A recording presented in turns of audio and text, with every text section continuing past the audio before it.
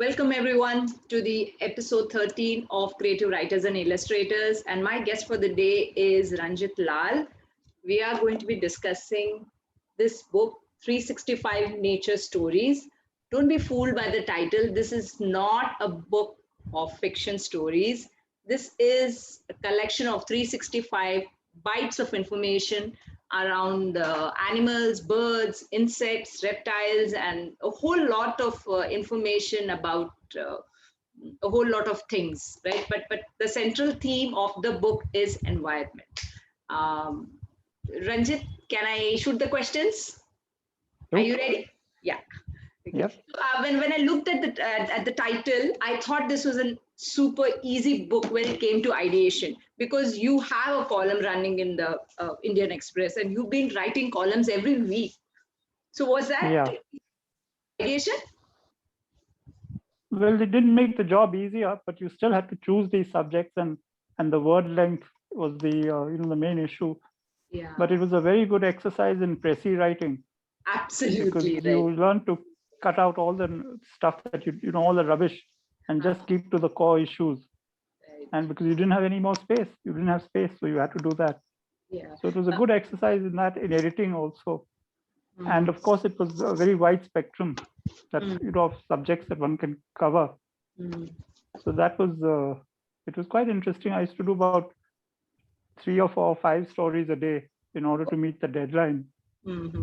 So that's how it sort of went on. So I thought the ideation was only the easiest part, but because it had so much of information packed to it, it took a lot of time to research, because this book is about animal behavior. It's got tips for children.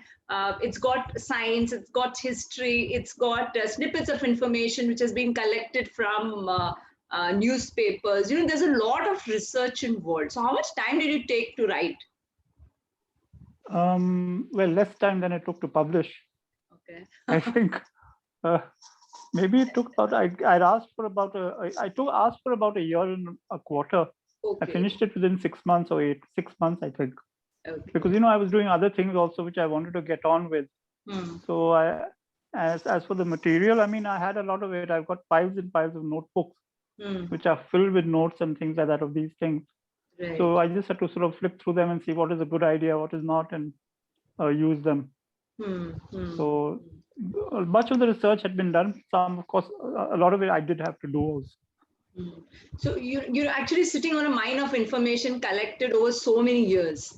I tried, figuring out whether you had something like a common thread running through all the animals. Maybe you chose only India, maybe you chose only the exotic ones or the endangered animals, but I couldn't find that thread. So what was, how do you go around choosing the subjects for the book? No, what I did was I divided them up. I said, okay, there would be insects, there would be mammals, birds, fish, then there would be issues. There would be people who would have been working for the environment. There would be environmental problems that we face. Yes. So I got about, I think, eight or nine categories. Categories, right. And I used to do one after the other. I don't know whether that reflects exactly in the contents, the way they arranged the contents, because they had also, the layout problems and things like that. But that's how I used to write the stories. And also it would prevent me from getting bored. Right. Because if I was to just finish all the insect stories in one shot, I'd start getting, fed up of them or whatever. So you do insects one day, then you do fish the next day, and you do something else the third day and all that. So it keeps your interest also going. Yes. And you're learning all the time. And so that's how I sort of organized it. And I don't know how far it sort of reflects in the contents of the books, how they've arranged them exactly. I think haven't really analyzed that. It works because as you say, it's not like a boring book.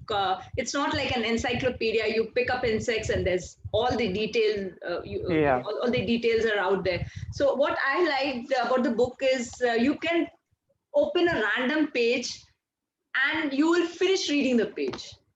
You will find something. And this book is not just for adults. Not just for children, but also adults. There were so many things I didn't know. When I picked the book, I thought, I wonder whether he has something new to say, because I thought I knew everything about animals. And then I'm like, I didn't know this. I didn't know that. There are so many tiny nuggets of information that you gather from different sources. I think that makes it very interesting to read. And the consumption of every section is very easy because it takes, I think, 2 to 3 minutes to read one bite of information. It's very easy for a child to just pick this. Even for the ones who are hesitant to read, I think you've done a beautiful, brilliant job with the wordplay. Every section has an interesting title. I just like to read a few for our viewers. Rats Are Us, The Stinger and the Sting, Big Pet, Bad Pet, Bandits in the Sky, Post by Sea. I mean, you read these titles and you're very curious to know, oh, I wonder what this is all about. Let me read a page. And once you start reading, you're kind of hooked. You want to know more. Oh, let me see what this one says. Well, let me see what that one says. I think you've done a brilliant job with the wordplay. So I think probably that comes easy because you've been writing for the newspaper. You're used to giving the titles, and did you actually spend an entire day or something like that just coming up with the funny names, or you just took it in the stride? No, I just used to do the names and then write the story after that. I just write the story after that. Because what used to come to my mind is when you read about rats and you read how similar they are to us, the way they've been tested for, tested for cancer and all that. It's very simple. Rats are us. And we are rats in the other sense of the word too. So I had great fun doing those sort of. I love those titles are very easy to do, and they were fun to do also. So are you partial to some? Do you find yourself? In the course of writing this book, that you're partial to some creatures? You probably wanted to write more and more about one particular animal or an insect, but you said, no, I've divided this into certain categories, and this is what I'm going to be sticking to. Well, I think the ones that you are more akin to doing are the ones that you have actually had some sort of experience with, like with birds or even insects. And but for example, I don't really look at clouds very hard. What type they are and what shape they are and all that. So I don't know very much about that, but you start then looking at them, and you do it. It also teaches you to get involved in other aspects which you were not maybe that interested in or didn't have the opportunity to get interested in prior to this. So that is always there. And that's how it's sort of, when it is more by experience, that what you experience is the ones that are closer to you. That I've seen how birds behave. I've seen how sparrows fight. I've seen how, how they all behave when there's a cat around. You've actually seen, what you're writing. For a lot of the other strange things there, you can only marvel. That these people who've done these amazing things like planted forests, and it's sort of mind-boggling. So you just have to sort of read up on them and then write about them, because you have to be about, because there's so few such people, and these days, especially with children, it's what they have to really get involved in and hammer their parents and hammer every adult inside that you better not leave a mess behind when you go, because we are going to be suffering the effects of that mess.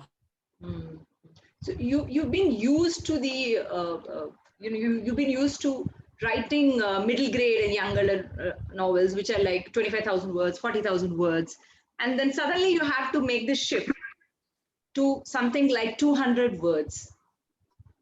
How how much did you struggle? You said Pressy writing. It's like Pressy writing. So tell me something. It's very simple, because you have to first be aware what is your central idea for this particular piece. You put that down, and then anything that is absolutely vital for that to work, vital information for it, put that and stop. I know I am very garrulous. I can go on gassing about something to thousands of words, no problem. But when to the nitty, when you have to cut to the chase, you just take the central theme of idea that you have, and you put that down, and that's it. Because you don't have any more space. For example, that clouds, so many different types of clouds that I had to set them up. Even snake venom, so many different types of snake venom that I had to do them up and 4 little stories of different types that hemotoxin and cytotoxin and all the rest of it. So one had to divide it because otherwise, have a mouthful. It's like otherwise trying to eat a whole meal in one shot, rather than you have it divide it up into little servings and give one up what after another. But it teaches you how to sort of get to the central point. Absolutely, yeah. Did you get to interact with the illustrator? I mean, the cover and the inside pages have been so beautifully illustrated. No, they did show me samples and things like that, and it was one thing that I noticed for all the people in the illustrations of people, they're all very fair skinned. This is obviously, I mean, for more Western, dark kids around as such, dark people around. So that was a bit of an anomaly that did this sort of come across. Yeah. But they've done it's a fairly decent, okay job, because otherwise it can spoil your book. Absolutely. If you don't. Yeah. And they refer to some of the stories that I've written about. They have referred to those and gone to. I think they've gone to Google, to the net and seen a picture, say, of the bird that I was describing, and then drawn it from there. So that trouble has been taken, right, which is nice to see. I'd like to share with my viewers, Ranjit's book, Owlet Not Out, has been nominated for the Sahitya Academy Award 2020, or is it 2019? I don't remember. 2020. I have no idea. Okay. Yeah, it is. It was nominated. So this is a book about a boy, a girl, there's a cricket, and there's an owl in a cemetery. So, this, when you put all these elements together, it looks like the perfect mishmash for a horror story, but it's not. It's totally something else, right? So tell us something about this book, or show the cover.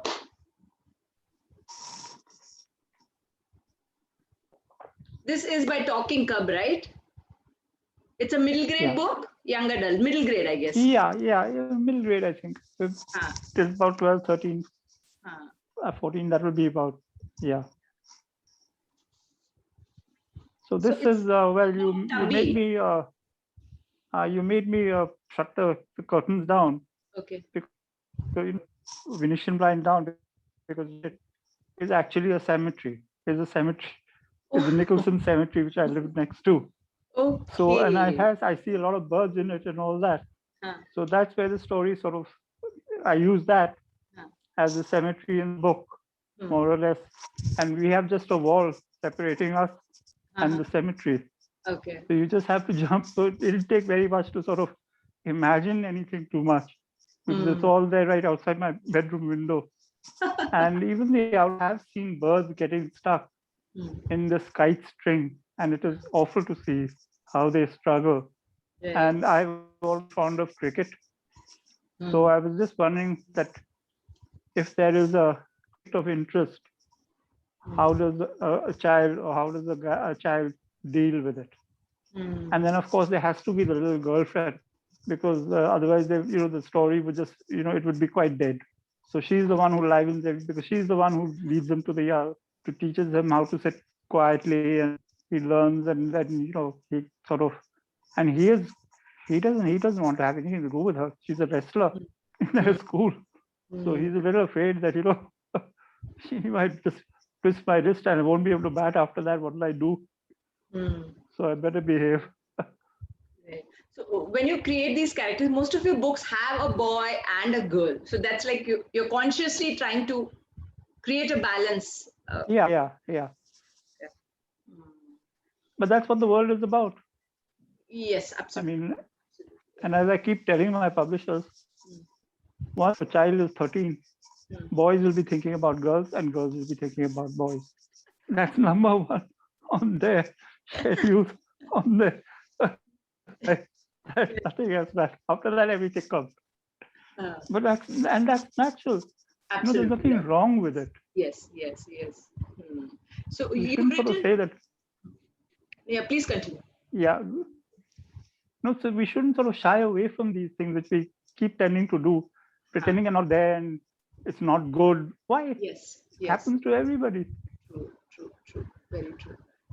So, I've looked at your recent books, and I think for a long time, you have chosen to write about social issues and nature. So, is that something you consciously choose to write, or does that like come automatically to you?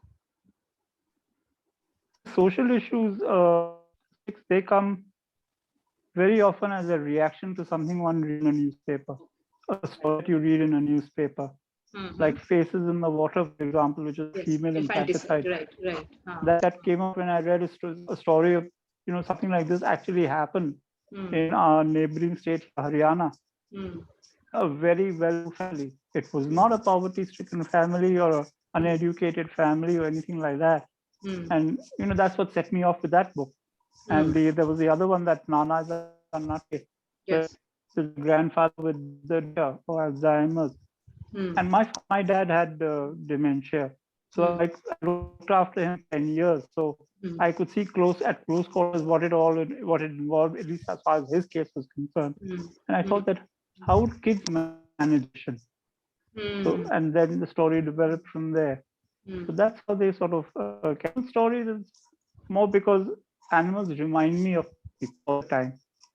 Or I mean, birds, for example, those jungle, little brown paper like birds, angry bird at time come in. They come into your garden in groups of 6 and 7, and will up all the leaves that are on the ground as though you've hidden contraband over there, and they'll be muttering away under there all the time. And yet, they remind me of cops, policemen. So they're perfect to fit that role. So that's how I sort of go about with the animal stories. You've been writing now for over 20 years, is that correct, or much more? Well, I started writing when I was about 19, but those were only articles. The book started in, I think the first in 1996. That was the Crow Chronicles. And then there was Drawing Birds, NonFiction, and then the Gadi got going.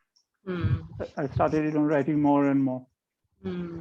So, after writing for so many years and using books as a tool to create awareness among kids, do you think that's working? When you go to LitFest and when you go for school visits, do teachers tell that after reading your book, our kids did this?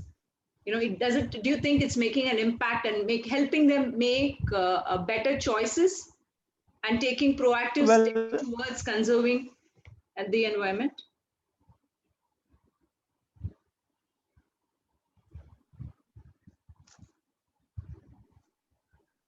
There was, I think, one LitFest I went to, and there's one girl who came up and she said, I read your book 7 times, Nana is a Nutcase.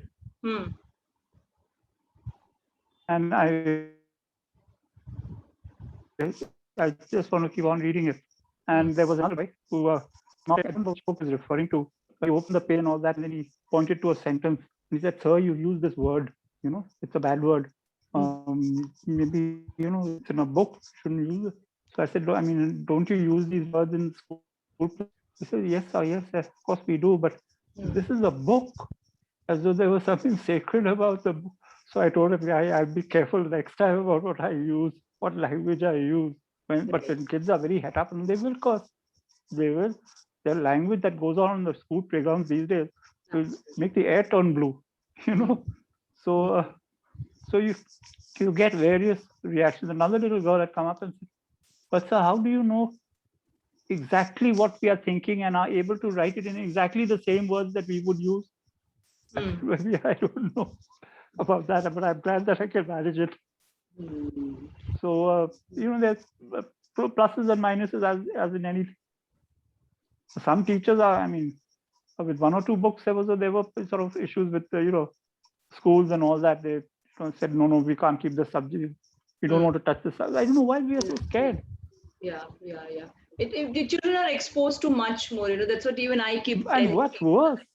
Yeah, yeah. In much worse ways. That's the A book is a whole safe issue. space to engage their thoughts, and see how Yeah, that issue has been dealt with. yeah.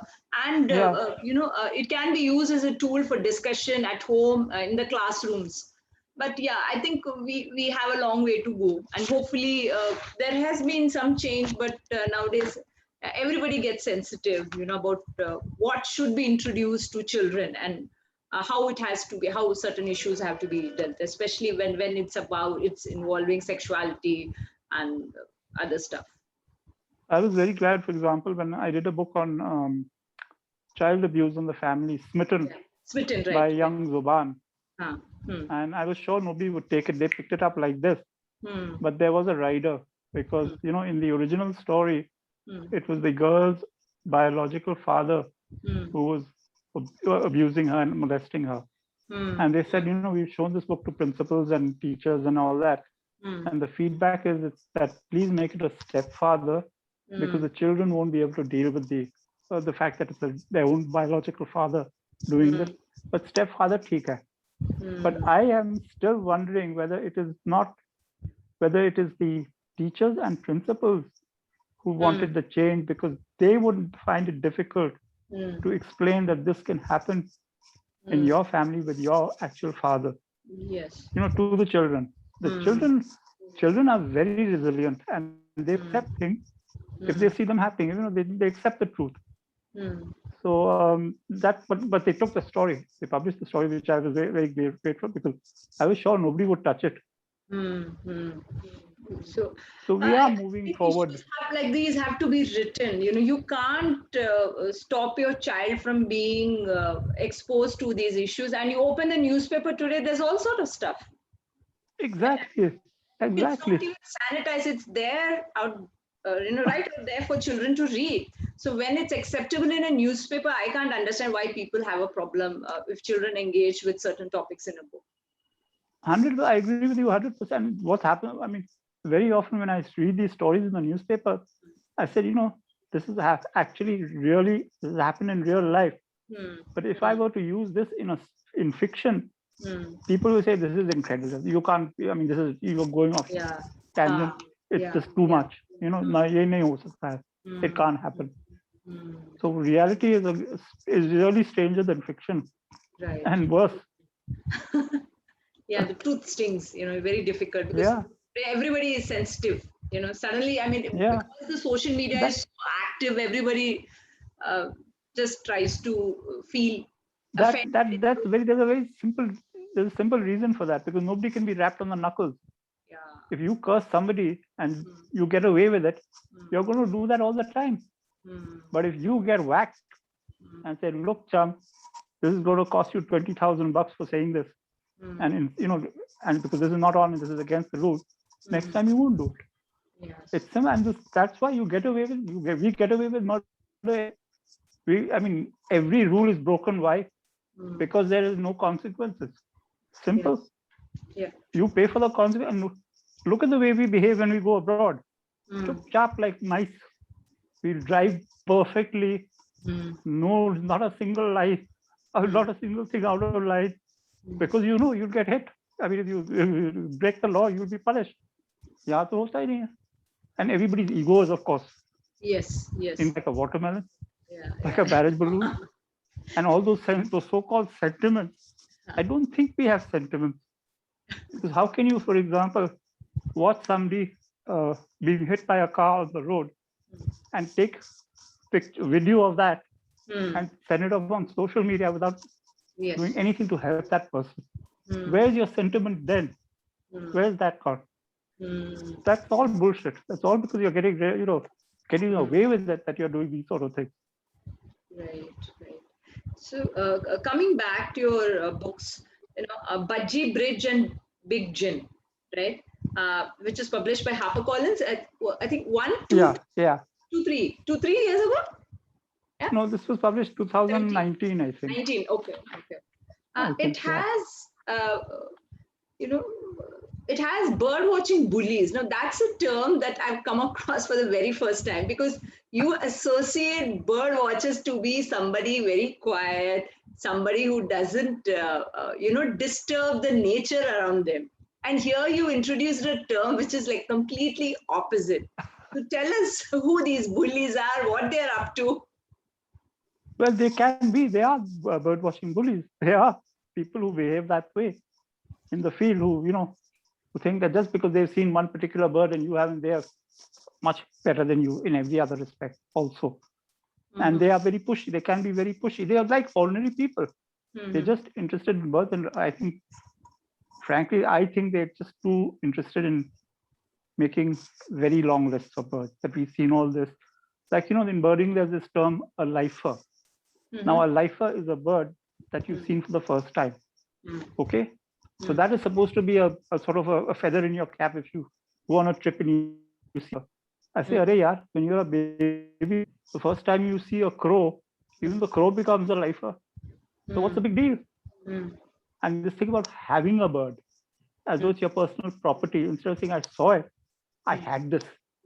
I mean, these sort of, they just put me off this sort of, I think you just go out, enjoy the bird's company, see what it's doing, try to figure out why it's doing what it's doing and why it's not doing what it's supposed to do or whatever it is. And just enjoy the experience rather than making these long lists. And they can be quite a, they can be very pushy, especially photographers. And because they are very competitive sometimes. I take a lot of bird pictures. Yes. And basic rules, you don't disturb the bird if you can. And very often these people will not only disturb it, but they will destroy that. If it's a nesting, they might even destroy the nest so that other people can't take pictures. Oh my God. So it goes to that extent, it's abroad now, for example, in England, and I don't think nest photography is allowed unless you have a special license. Oh. Okay. So they are, they're just people like us, so they can be good, bad, or ugly, whatever you like. They don't have to all be saints. So that was one thing I wanted to demolish, that all bird watchers are saints. Not necessary at all. So you've been photographing birds. I know you are a photographer, but you've been indulging in your hobby of birding for a long time. Yeah. For since I was about 18 or 19. Okay, so that was before. I think you got into writing around the same time, right? Which came first? The birding and the photography, or the writing? I think the writing was first, and then the birding, and then the best part about writing is that I'm interested in different things, doing different things about those things. Those become subjects. Like birding, natural history for me.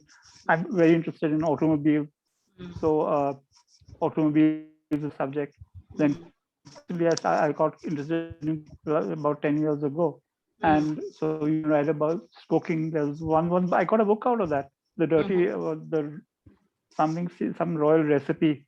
And so, the more things you're interested in, the more you can write about. And so that's how I sort of carry on. Photography goes on, yes.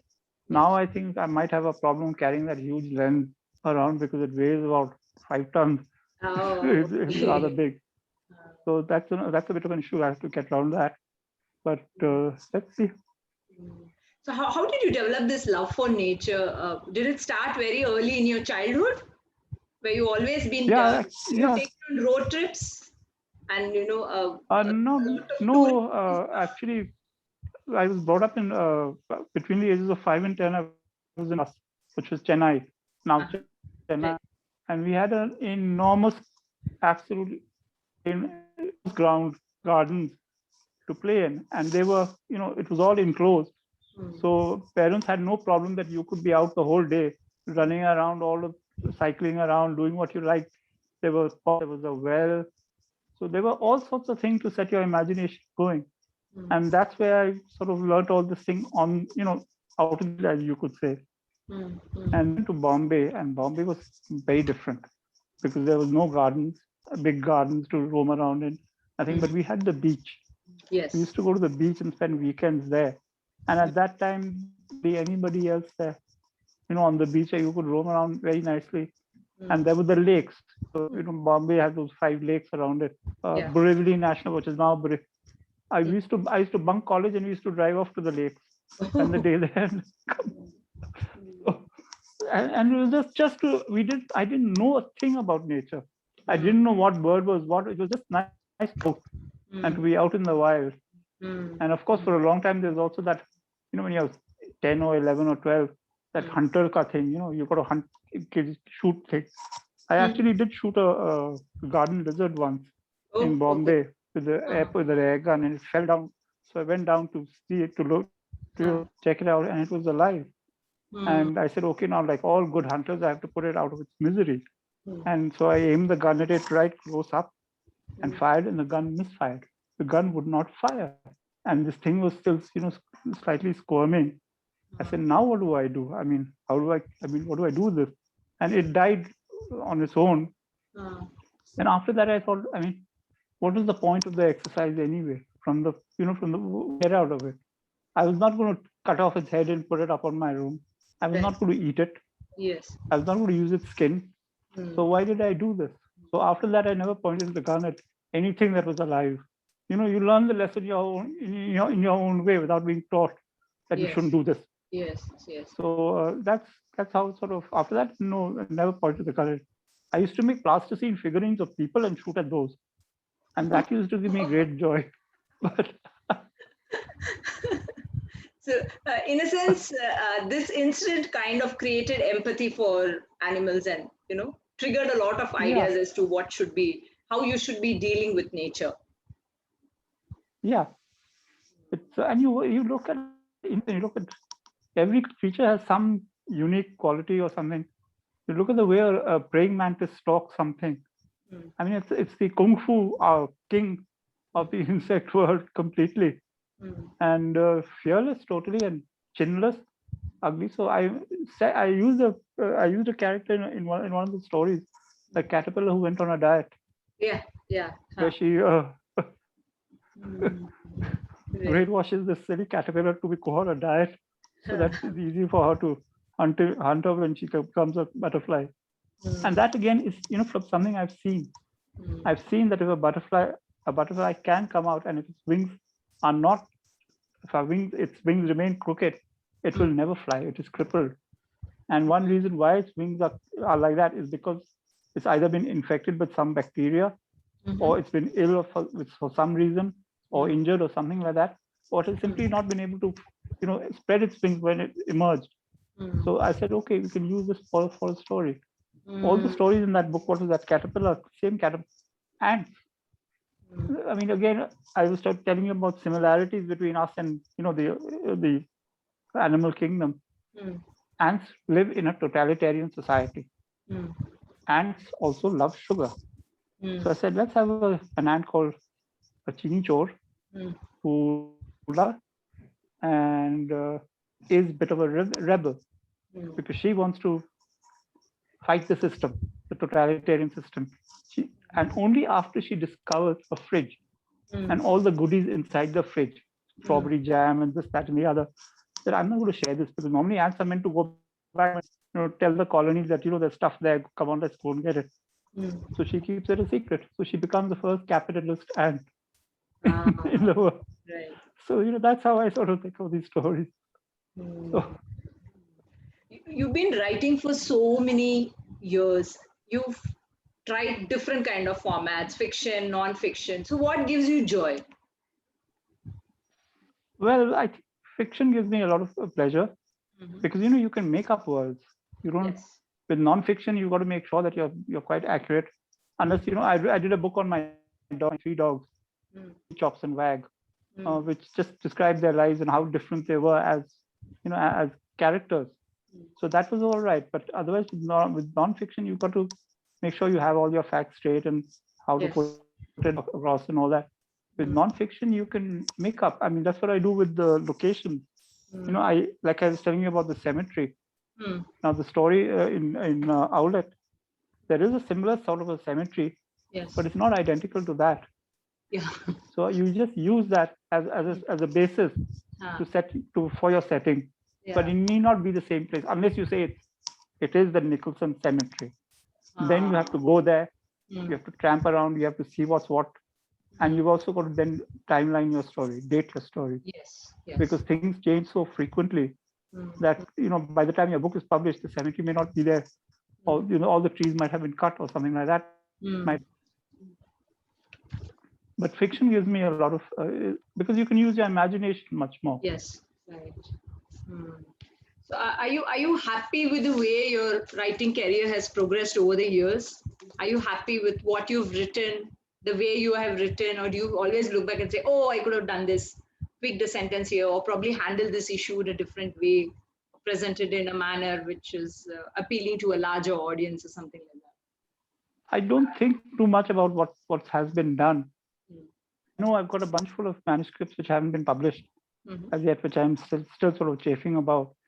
And for example, the one I started writing these short stories using the same two characters, again, a girl and a boy, in all the stories. And they're about almost 80 to 90 stories. And the thing is that when the stories start, the little girl is about 10 and the boy is 12 and a half. And when the stories finish, she is 16 and he is 18 and a half. So they are two very different people. And they're about 80 stories in between. So when you show these to publishers, they say, but what age group do we start this for? Yeah, absolutely. Pitching is a problem. Which is stupid. Because in any story, you will have children of different ages. In Nana's a nutcase, the two were about, I think, 8, 9, or 10. Something like that. They were twins. Then the elder sister was 14 and the eldest sister was 16. So they all thought of happening in different ways. Like for the the two younger ones, the twins, their whole funda in life was making money. Pocket money mila to usko double karna hai Monday tak. That was their funda in life. So when Nana had this problem, he started giving them their pocket money twice a week instead of once a week. So these kids were beaming from ear to ear. They said, yeah, on a good wicket here, because he forgot to give us a pocket money twice. Who knows what? Maybe he'll do the same for our birthday present and all the rest of it. So they thought of it in that way. And the elder two kids, children, were naturally horrified because they realized what was happening, that he was losing his memory, bit by bit. And so, again, different age groups, they think in different ways, but they are in the same family. So how can you say which age group are you going to write for? That's such an absurd argument. When you're writing a book for a 5-year-old or 6-year-old, the word length, the choice of words differs from what you're offering to a 16-year-old or a 15-year-old. And there is a possibility that a child may read, it's very difficult to, I think, when you're tracing the entire story. Yeah. You can't tell a child that just because you're 6 years old, you read only 3 chapters. It's not. Correct. Right? The language has to be consistent right from the first page to the last page. Yeah. I guess we have to find innovative ways of marketing the book, because from a librarian's perspective, it's like, which shelf should I place this book? Should it go into should it go into an early reader? Is it a middle grade? Is it a young adult? Right. So yeah.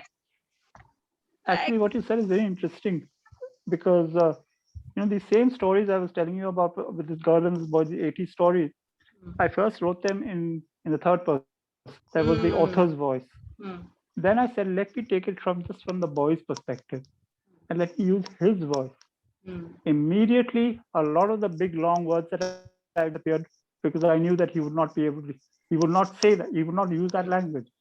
He would not know the meaning of that word or whatever it was. And the stories got tighter and shorter and moved quicker. It was a very interesting, it was very enlightening for me to realize that when you're thinking in the mind of that, your language automatically gets simpler, and the story gets tighter. Otherwise, you tend to gasp. It depends on the character, so every character has a voice, and depending on the personalities, the kind of the story, the way you narrate stories change. We've come to the end of the session. Would you quickly like to show all your books one by one? You didn't show Budgie books. Yeah, let's start with the Budgie. Slightly, I think there's too much light falling on it. Probably to the center.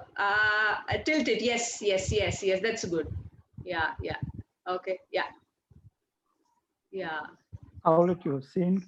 Owlet, yes, yes. These are the other 2 or 3 that I. Yeah, you have to push it. Yeah, the tiger. Yeah, Turbo Valley. What is this book about? Quickly tell us what these 2 books are all about.